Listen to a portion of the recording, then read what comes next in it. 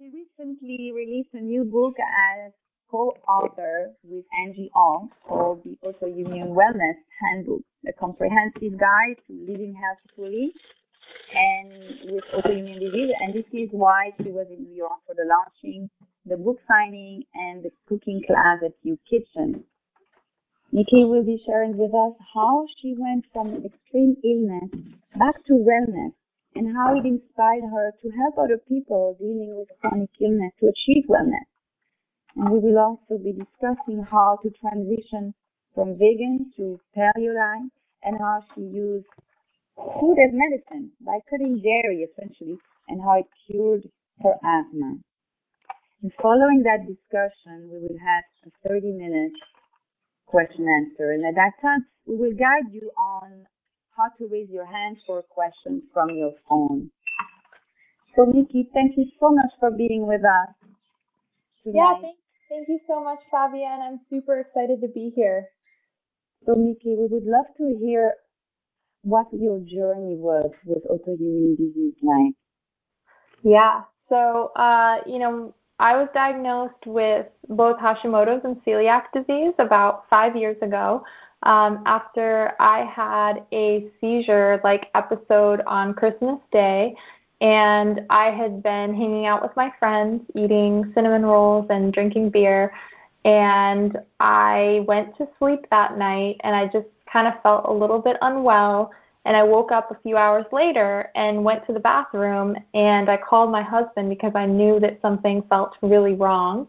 And when he came to find me, I was kind of having a seizure, and I came to, and I went in to my doctor and the next day, and he told me that, he did a bunch of testing. He told me that it was, kind of a fluke, kind of a one-off experience. Hopefully it wouldn't happen again. But that's kind of the seed that was planted that maybe there was something wrong with me. Until that point, I was 25 years old. I really didn't have any health problems. And after that, even though the doctor told me that I was fine, I started to notice little things like numbness and tingling in my fingertips. I noticed my hair was falling out, and I was really, really tired. And I just could not seem to get my insomnia or my anxiety under control. So I kept going to the doctor, and it was this year-long process. I saw 5 different doctors, and in the process of that, I thought that I was probably suffering from hypothyroidism, but I could not find a doctor that would actually do the proper testing and treat me for it. So it wasn't until I found that 6th doctor, which was a little more open-minded, a little more collaborative, and they were the ones that actually did the testing that got me the diagnosis of Hashimoto's and also celiac disease, which was a surprise. But they told me that my thyroid levels were normal and that there was nothing they could do for me. So they told me to go on this gluten-free diet, and I did it, but I didn't feel better at all. I felt terrible. And in fact, that 3 months after I got my diagnosis, I actually got a lot worse. So I started to have neurological problems. I was dizzy and unbalanced all the time. I started stumbling and running into things and slurring my speech. And so I went back to the doctors, and actually this time I was referred to more specialists. So I started seeing a neurologist. And I also saw a rheumatologist because I was having symptoms of connective tissue issues, so like pleurisy, which is inflammation in the lining of the lungs, lots of joint problems and joint pain. And these doctors didn't think that what I was experiencing could be explained by Hashimoto's, but they also didn't really have enough information to make a diagnosis of more autoimmune diseases.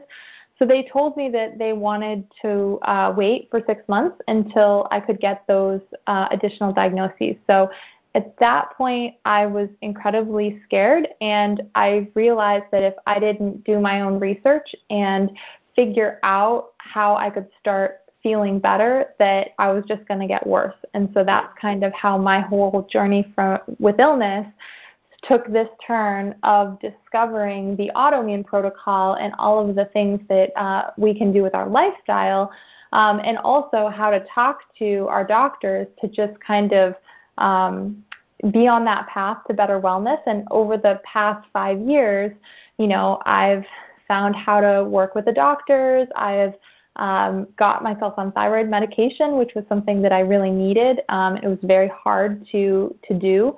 I've completely changed my diet. I did the autoimmune protocol. I figured out all these foods I was sensitive to.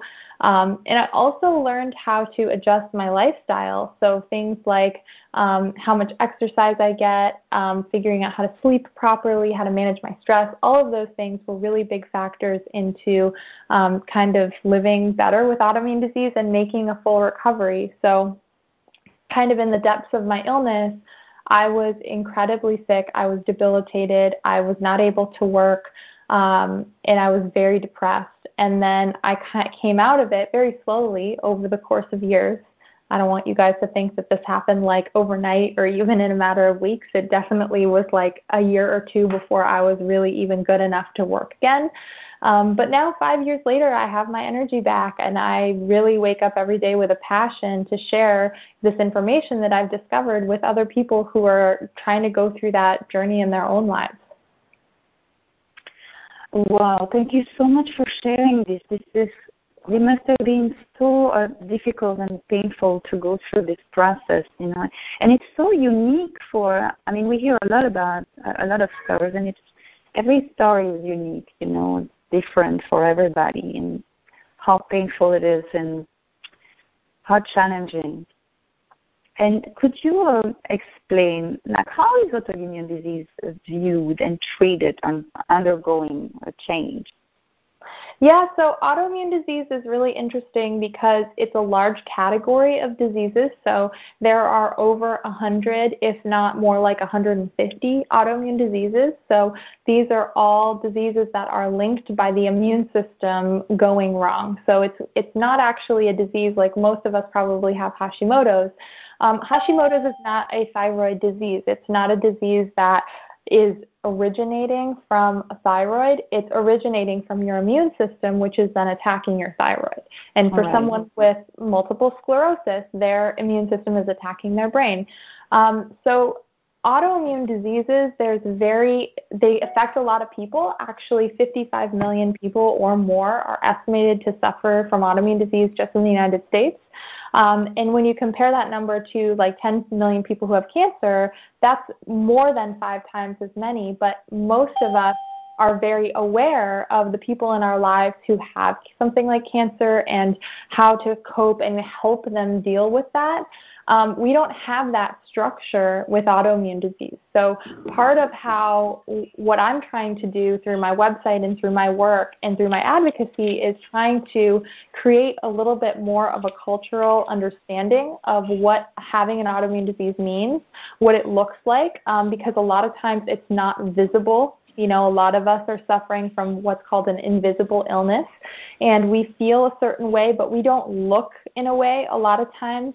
Minus the things like the dry skin and the hair falling out and maybe weight gain, but really it's a disease that the person is bearing that burden of really knowing exactly how they're feeling, and the people outside of us don't really understand. So I think autoimmune disease is really undergoing a change from that level, where our support networks have a different perception about what we're dealing with because of people that are sharing their stories and trying to move that forward. And then I also think the medical community is starting to understand more about what autoimmune disease is and how to treat it, because until now, they really have just isolated into symptom management. So for a thyroid disorder, you give someone thyroid hormone, and someone has an inflammation or sore joints, they might get some prednisone or some steroids. But those things don't really holistically go to the root of why the dysfunction is there and why the immune system is going crazy. And the information is kind of going out there into practitioners that they can actually help us with a variety of methods, not just drugs that treat symptoms. Sometimes those drugs are necessary, but a lot of cases, if people take like a whole body approach to healing, they can actually get better. So that's kind of how all of that is changing. Yes. You talk about in the steps in your book, inform and collaborate. Could you explain why they are integral to autoimmune healing? Yeah, so I really believe that in order to live your best with autoimmune disease, you need to take the best of conventional medicine, which, yes, it's a very broken system and it's very difficult to find the care that we need. But I think it's important that a lot of us still use that asset because these conventional doctors have gone to medical school and they know an incredible amount of information. And if we partner with the right one, we can actually get treatment that really is life-saving and helps our conditions. If we combine that with natural medicine, which includes functional medicine and integrative medicine that really kind of digs a little deeper and goes into root causes, and then combine that with the do-it-yourself stuff. So things like diet and lifestyle and all of that kind of fun stuff that you can do for yourself. If you're using kind of all of those angles, you're going to have the best chance of success. But where a lot of people get hung up is how do they use that conventional system to their advantage. So the first thing that you need to do is learn about your condition. So that's what Inform is in our book. So you really need to inform yourself and become a well-educated patient. So as a thyroid patient, I know all of the lab tests that I need to get on a regular basis. I know the basics of how to interpret them. Of course, my doctor does the treating, but I'm able to go into my doctor's office and say, hey, doc, my TSH is a little higher than it was last time, or my free T3 is a little bit lower. Are you worried about this? Or, do you think we should try a change in medication? Or I've been trying this new vitamin D and it doesn't really seem to be reflected on my lab test. Those are questions that informed patients make, and you're going to get way, way more care out of these doctors if you're kind of starting at that level. And then the second chapter is collaborate, and then we really talk about how to foster a really collaborative, trusting relationship with our conventional and natural doctors, which sometimes can be really difficult in our system. But we have a lot of tips for kind of how to cultivate that. And the biggest tip that I have for you guys is just to not look for someone with a certain credential. So a lot of people ask me, do I need to be looking for a naturopath or a functional medicine doctor or a regular doctor? It's a lot more about their spirit and how they work than actually like their certification. So I've worked with a range of doctors that are actually able to treat me the way that I need to be treated, but also they have ended up being able to work with me in that way because of that spirit, not because of that certification or type of doctor they are. Yes, we keep looking for the perfect doctor to come and save us, but it's really about, like you said, to really inform ourselves, to educate ourselves, and to become and finding a doctor is a skill that you're going to have to get good at, because even when I found a great doctor, I'm now on my third, because my first doctor retired. My second doctor went to a concierge model that I couldn't afford, and now I'm on my third kind of collaborative doctor since my diagnosis. And so even if you find one great doctor, they might not be able to be your doctor forever. They might move or something. So you need to be good at the process of picking them and developing that relationship. That's not going to go away. Great. Yes, absolutely. Good point. Same for me, actually. So would you say that it's really the AIP that really made a big difference for you when you were so sick, because you had so many sensitivity to food, different food? Yeah, in the beginning, the autoimmune protocol and really diet is going to be the biggest bang for your buck for most people when they're diagnosed with an autoimmune disease and they don't know what the next thing to do is. Diet has two opportunities. So the first thing is to get inflammatory foods out, and that's what the autoimmune protocol, the elimination diet, does, is it removes all of these foods that are potentially triggering you. And for me, there were a lot of foods that I was eating, especially as a vegan. I was eating a lot of soy. I was eating a lot of grains. Because I wasn't eating meat, I was actually eating more of those things than most people do, and I was eating a lot of nightshade family vegetables, which I know now are a big trigger for me. And so I got those inflammatory foods out, and then the second part is that food can actually nourish and give us the nutrients that we need to do really deep healing. So incorporating foods like liver, which I know a lot of you guys are going to think is totally gross, but I was severely anemic with my Hashimoto's, and that's low iron, and supplements didn't work. I was to the point where they wanted to do blood transfusions because my iron was so low, and when I started eating liver, it went up so fast that my doctors were like, whoa, whatever you're doing, keep it up. So there's something about food that just has these nutrients in a neat little package that your body really absorbs really well. So it's not just about what you take out, it's about what you add back in. So anti-inflammatory foods like fish and shellfish with a really good ratio of omega-3 fats, other healthy fats, lots of different fruits and vegetables, bone broth, those kind of things can really boost healing by then the added foods that you're eating.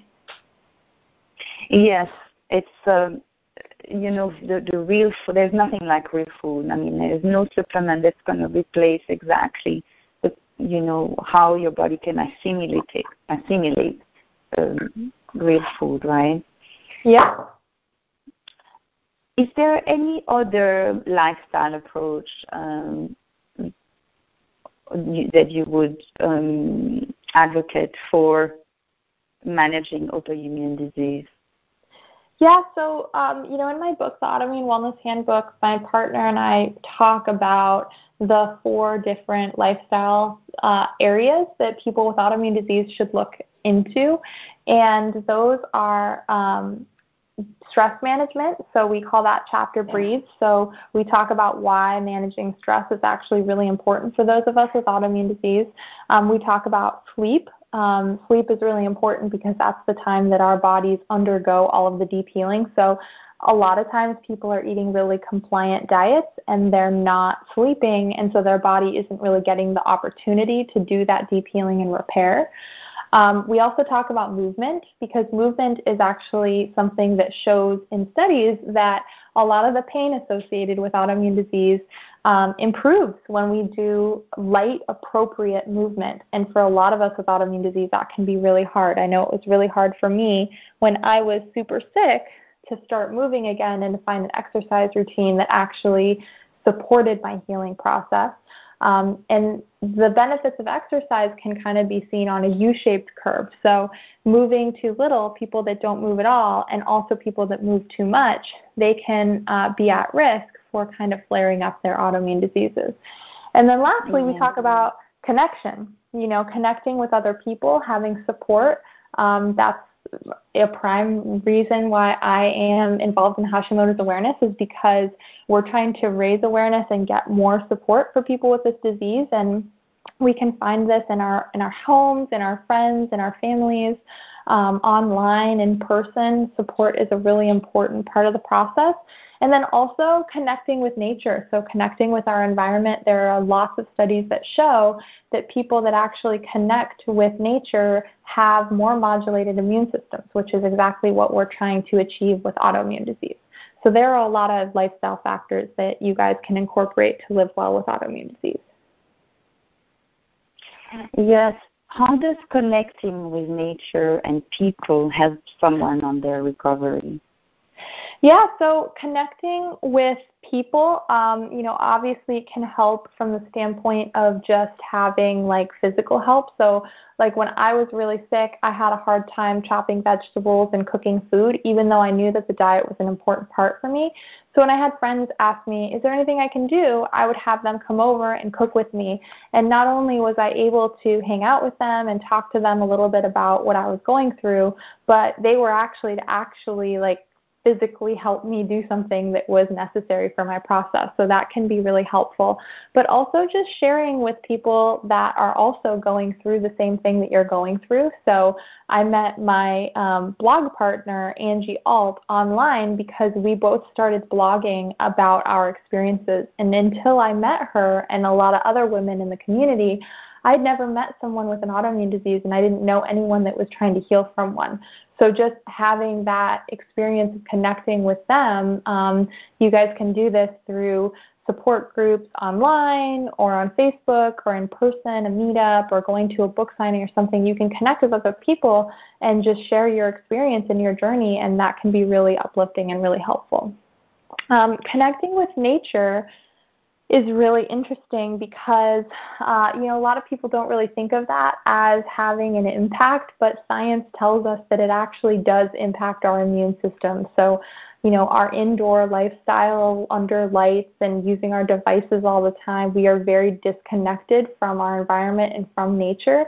And there are so many studies, like I read a ton of them to do the research for this book, and I was just struck by the actual effect that being in nature has on our immune systems. And actually, the study that I quote very often is this one where they took a group of people and they had them go camping in a city, and then they had another group go camping in a forest.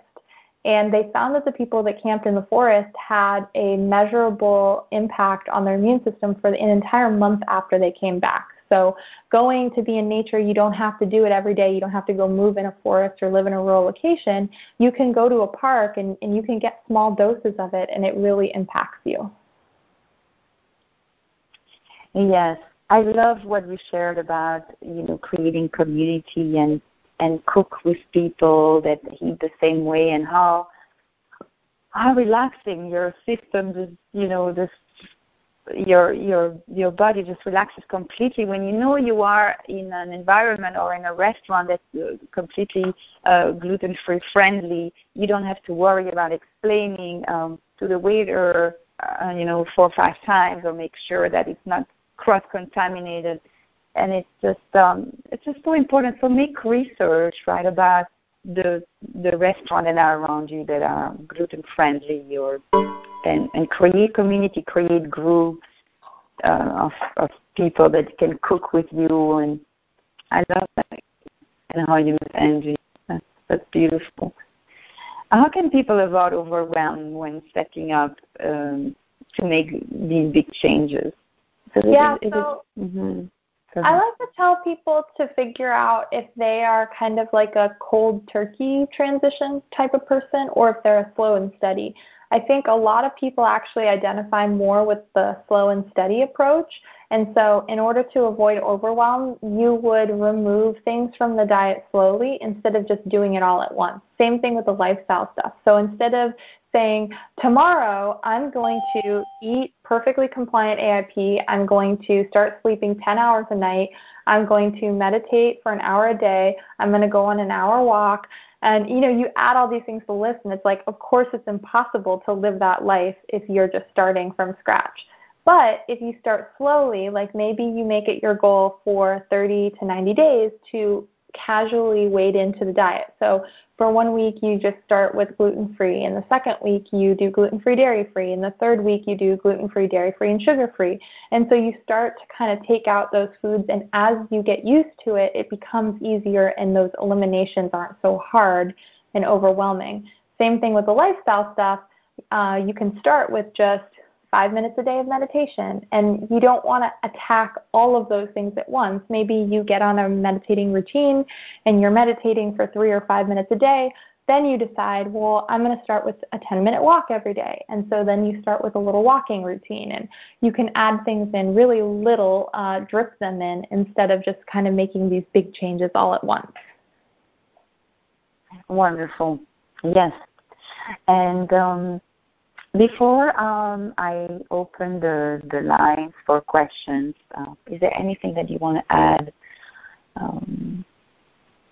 Yeah, the thing that I wish that I would have known when I was going through the process is just that it doesn't have to be perfect. Healing is often really messy, and it's not linear, and so there are a lot of ups and downs and setbacks, and digging for some of the root causes. I know, like for me, it took a while, even like a year and a half in, when I was feeling a lot better.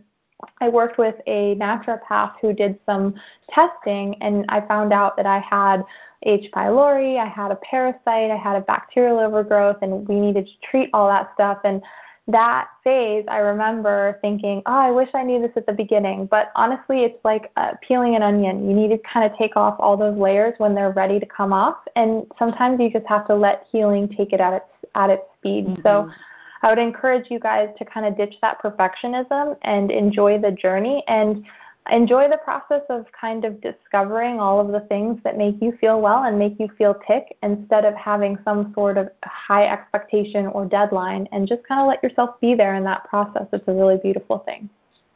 Yes, a lot of compassion and patience, self-love. And isn't that what Hashimoto is all about, self-love? Yeah. When you have a bad day, you just rest and you don't go to your yoga class or, your exercise class, and you just accept it. And then the next day you feel better and you do it and you catch up. But Yep. Mm-hmm. Great. So, Prem, we are ready to open the line for people's questions. Mike, you're on. Thank you. Thank you, Mickey, for coming on tonight. It's been very helpful. I'm a person that doesn't like to cook so much. I'm actually on a Weight Watchers diet right now, trying to lose some weight. I have Hashimoto's disease, but I feel pretty good. I feel very energetic and stuff. Should I be concerned about this down the line? My energy levels are good, but, I could always change my diet. So I'm just concerned about what you went through. Would that be something that I might have to encounter down the line? Mike, I would not actually, if you feel really good and you don't like cooking, I actually probably wouldn't try the elimination diet as it is for you right now, but I definitely would try to get gluten out of your diet. You should be able to eat a pretty compliant gluten-free diet without changing too much of your lifestyle. I mean, if you're going to be able to do a little cooking, you can save some money and make it easier for yourself. But for anyone that has any autoimmune disease, the research is really there that gluten is the worst thing in our diets for us.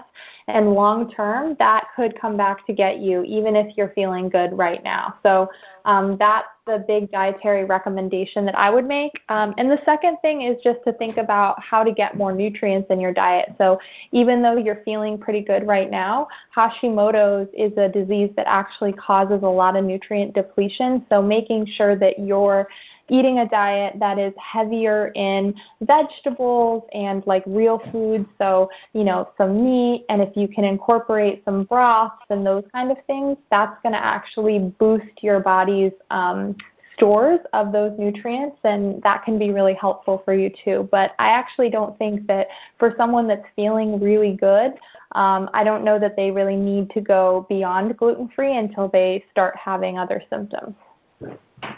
Oh, okay, great. Thank you. Mm-hmm. So we are going to the next question, which is Joelle, you've been unmuted. Please go ahead. Okay. Hi. Thank you. What a great opportunity. My question is a little similar to the last caller in that I'm wondering if I still have Hashimoto's.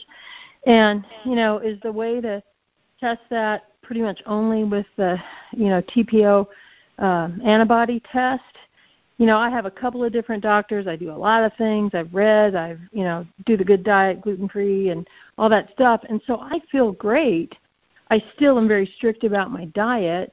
But why I ask this question is the last clinician I went to, she's kind of like, well, we need to know if you actually had Hashi's or did you have other symptoms, like I had an infected tooth and, I had thyroid problems. So the question is how do we know if we've, because I've had the tests that say, yes, I have it, but, if you have it once, do you always have it? Can it completely be missed?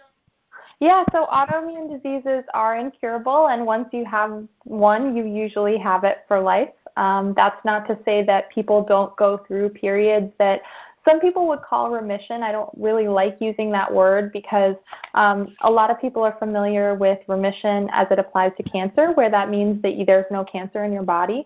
And with autoimmune disease, it doesn't really work like that. People feel a remission of symptoms, but usually that underlying autoimmune process is just kind of lurking there in the background. So like for me, I don't have any Hashimoto symptoms. I haven't had any for a couple of years. And I don't really say that I'm in remission because I know that it would be all over with like a piece of bread. You know, if I don't do the things that I know that I have in place and with my diet, my lifestyle, I know how quickly it can fall apart. And that doesn't really feel like, it doesn't really live up to that word very well. The other thing I'd say is that, you know, the TPO antibodies is a good marker. It's not the only marker to really gauge your progress, but it is good, you know, if you're feeling good, get your antibodies checked. Your antibodies might have gone to 0, which would be really great, but not everyone can achieve that, even people that are feeling great. My antibodies are very low, but they're not in what you would say non-diagnosable territory. And honestly, I don't worry about it too much because I feel really good. I always tell people to go by how they feel a lot more than how that antibody number is, because sometimes you can feel better and your antibodies will actually go up just because your immune system has gained a little bit of strength from all those nutrients. And so over time, like the long term, I'm talking years, usually antibodies tend to trend downwards when you're doing the right thing, but that doesn't mean that they can fluctuate a little bit up and down through that whole process, and it doesn't always mean that they need to be going down. Does that make sense? Yeah, it does. One other quick question is, so there's the TPO antibody test, and I know there's another one. Is it? Yes, it's called thyroglobulin antibodies. So what's the abbreviation? TGAB. Yeah, that's right, TGAB. So is that one, you know, an equally good test or? Yep. So better, if you have one or the other, you're diagnosable with hypothyroid or autoimmune thyroid disease, so Hashimoto's. A lot of people have both. A lot of people have one or the other, but it's good to have both of them tested every time that you're checked out. Oh, okay. It was a really good question, actually, TPO and TGAB. And I'm not sure that everybody knows what TPO is. Do you want to say a few words about that, Nikki?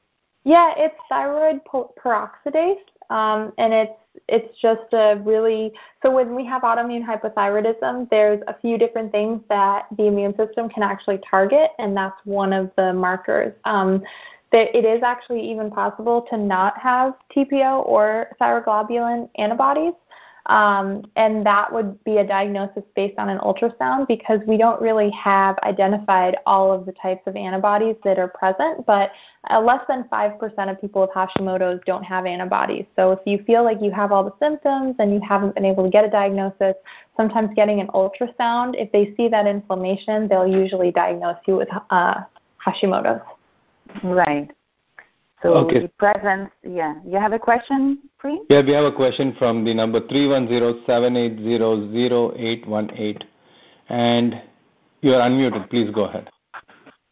Hi, Nikki. This is Andrea. How are you? Good.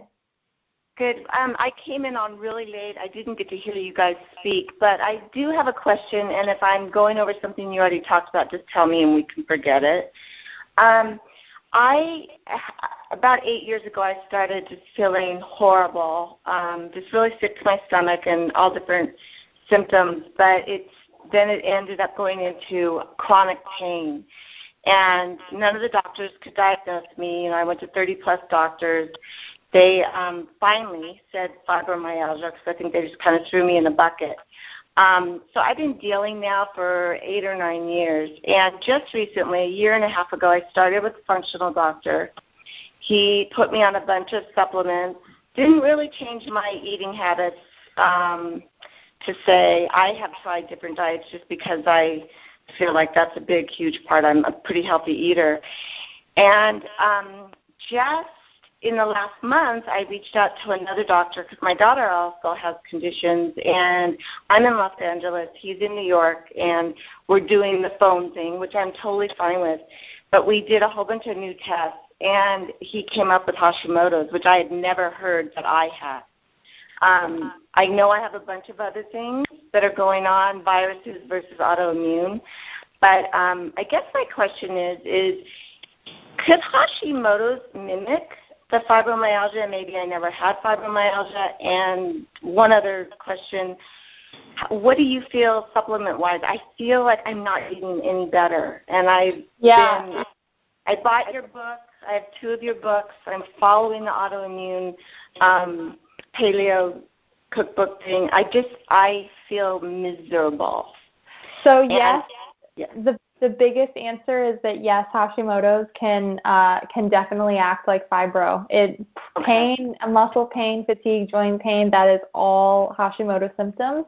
I'm not a doctor, so I can't tell you that you don't have both. I would say that the diagnoses sometimes go together. It kind of depends the source of your pain.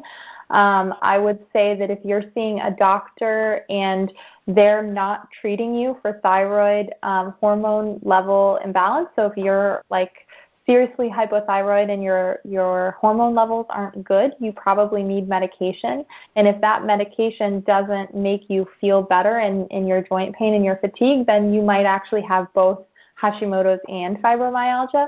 But for some people like me, I had those symptoms, that muscle pain, that fatigue, and that resolved for me when I started taking medication.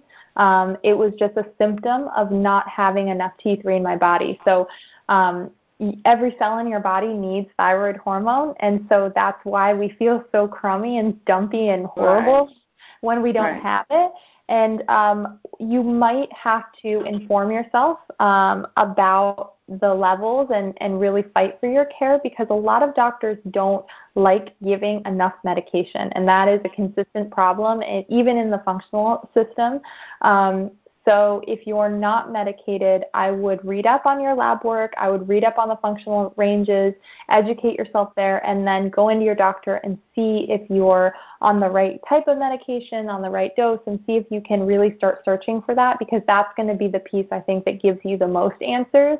The diet is definitely going to be helpful, and it will help you kind of remove those food triggers. But if there's like a low hormone level that your body doesn't just figure that out, you actually need to supplement with that medication if that's what you need. So I would go there. Okay. And then the second question, go ahead. So is the medication you're speaking of, are we talking about different thyroid antibiotics? It's not an antibiotic. It's thyroid hormone, and there isn't one medication that I suggest over any of them, because everyone works with a different one. I've tried the natural thyroid, and it didn't work for me, and so I actually take synthetic compounded T4, which in the thyroid community, a lot of people say T4 doesn't work. Well, guess what? It works for me. It works. Everyone is different in what they need, and they just need a collaborative doctor to kind of help them put those pieces together and be open-minded. About the supplements, I am not anti-supplement, but I am pro-food. And honestly, if you can think about how you can get those supplements from food first, that's the best way to do things. So if you're really low in iron, start eating some organ meat and make sure that you're eating more red meat. If you're taking fish oil, it might be better for you to get a salmon CSA and incorporate more fish into your diet. It's going to be way cheaper that way too. And so kind of depending on what your supplements are targeted towards, if you're working with a doctor and there's some infection or something going on, the supplements can kind of be a crutch and help you get through a deep period. But I don't like people to be on a ton of supplements all the time, because I think sometimes even the supplements can cause flares and can cause the immune system to kind of get upset. And it's easier to actually figure out what's affecting you when you have less. So the only supplements that I recommend for everyone are a good probiotic. And just like the thyroid medication, there's different probiotics that work for different people. You kind of have to try a bunch of different kinds, looking at all the ingredients, of course, to make sure that they're, gluten-free and dairy-free and that kind of thing, soy-free. But then also magnesium, because magnesium is something that is very deficient in our soils. So even though we could be getting it from our food, we're not, just because of how our crops are grown. It's something that a lot of us need for detoxification. We need it for relaxing our muscles, especially you with fibromyalgia. I think getting on a good dose of magnesium is probably likely to help a lot. It can help you sleep. It can help your mood. It's just really great. And then for thyroid people, zinc and selenium are both really important for that conversion of T4 to T3. So that's the inactive to the active thyroid hormone. And for a lot of people, supplementing, you don't need to go crazy and supplement with a lot, but just like a really low amount of zinc and selenium every single day can really help. Great. Thank you. Yeah. So thank you. We have one more question. The caller 570-785-2922. Please go ahead. Hi, Mickey. My name is Melissa. My question is, about a year and a half ago, I was told that I do not technically have Hashimoto's disease, but I clinically have it. I'm having a hard time finding a good doctor. Around here, a lot of our doctors are kind of way behind on a lot of things, and I was point blankly told by other doctors that if I go to a lot of endocrinologists in this area, they're going to just say, you don't have Hashimoto's disease, and they'll diagnose me with something else. How can I find a good doctor? I mean, even if I have to travel or whatever, I don't mind. I just don't know how to find them. So how did you get a diagnosis originally? Was it an ultrasound? I went to see a specialist in actually State College, Pennsylvania, and he did like a 48-day saliva test and tons of blood work, and I could be wrong about the numbers, but he said like to be considered Hashimoto's, I would have to have a 0 on this one test, and I have a 6. So he said technically I don't have Hashimoto's, but clinically I do. And since I've seen him, my migraines have pretty much stopped, and a lot of the inflammation in my joints has calmed down. I am having a difficult time with the diet, but I was one of those people trying to do it all at the same time. So this conference call has helped me realize that I need to do it more reasonably. Yeah. So I don't know what test you're talking about, and honestly, I'm a little suspicious about it.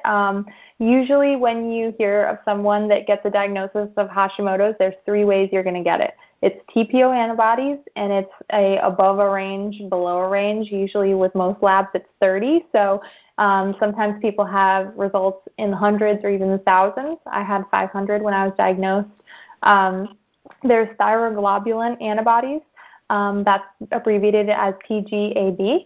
And so those are the 2 antibodies that are, 90-95% of people with Hashimoto's are going to test positive for those. So if you've had those 2 tests and you've come back with negative or very low numbers there, it's probably unlikely that you have Hashimoto's, but those other 5% of people are ones that have a thyroid ultrasound, and they can actually see the inflammation in the tissue through the ultrasound, and so you can get a diagnosis that way.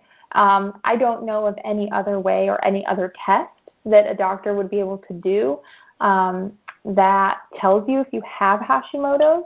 But the test that you're referring to sounds a little bit like TSH because, if your TSH is 5 or 6, that's a pretty high level, and that could indicate hypothyroidism.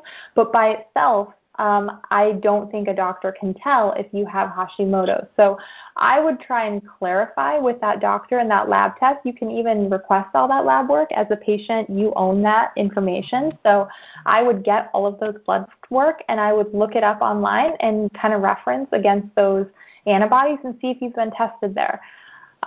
If you find out, you do have Hashimoto's based on that lab work, this is my best recommendation for finding a doctor is actually calling a compounding pharmacy in your area and then seeing who prescribes either compounded thyroid medication or natural thyroid medication. The pharmacist there will know the doctor in town who does that, and those are usually the more open-minded doctors because those medications are not traditional. So it doesn't mean that, you're you're asking them to prescribe you something. It just means that you're kind of finding a little bit of a sneaky way of finding a doctor who is actually pretty open-minded in their medication approach, which then usually means that they will order the right lab work and do a little more of a thorough workup. Okay. What is a compounding pharmacy? A compounding pharmacy is where they make medication. So if you just Google like compounding pharmacy in your town, something will come up, or the town next to you if you live in a pretty small town, but they're very common. I live kind of near Portland, Oregon. There's like 5 in Portland, and you can just call them up and ask what doctors they work with. And it's kind of an awkward question, but it is actually a really great way to get connected with a great thyroid doctor. And if you come up and you look at all those lab tests and you can't really find a good diagnosing, like any of those antibodies, or it sounds a little weird to me. It raises a little red flag with that doctor that he would just so confidently say that you have Hashimoto's without really any evidence to back it up. So I might actually, if you haven't had that testing, find someone to do that testing for you, or you can even order it yourself online through Direct Labs. I think it's like $150, and you can do a full thyroid panel with all the antibodies and all the hormones. And then if you come up positive with Hashimoto's, you can march into a doctor's office that you got their name from the compounding pharmacy with all that lab work, armed with that information, and say, here, can you please tell me if I have Hashimoto's, and if I need medication, can you help me with that? And you're going to get the fastest treatment that way. Okay. Thank you so very much. I appreciate it. Yeah. Good luck. Thank you. Wonderful suggestion about a compounded pharmacy. And we're coming to an end. So I just want to say that about Hashimoto's awareness that we are a nonprofit organization, and we rely entirely on donation of our supporters. So if you enjoy your programs and articles and the summit, Healing Hashimoto, and would like to support our cause, please visit our website at hashimotosawareness.org and click on the donate link in the upper right-hand corner. Your donations means the world to us and allows us to continue our mission, which is to connect people to proper testing for early diagnosis through education, advocacy, and research. And while we serve thousands of people across the country, the fact is that there are thousands more that don't have adequate care or even proper diagnosis available to them. And tonight, for every donation tonight, we over $25 in U.S. only, we will offer you an Autoimmune Paleo cookbook of Nikki, of course. And we have about 60 copies, so hurry up and first come, first serve. I really hope you enjoyed your time with us, and until we meet again at the end of the month, you have a lovely evening. Nikki, thank you for your gracious presence and expertise, and we love you. Thank you for having me, Fabian.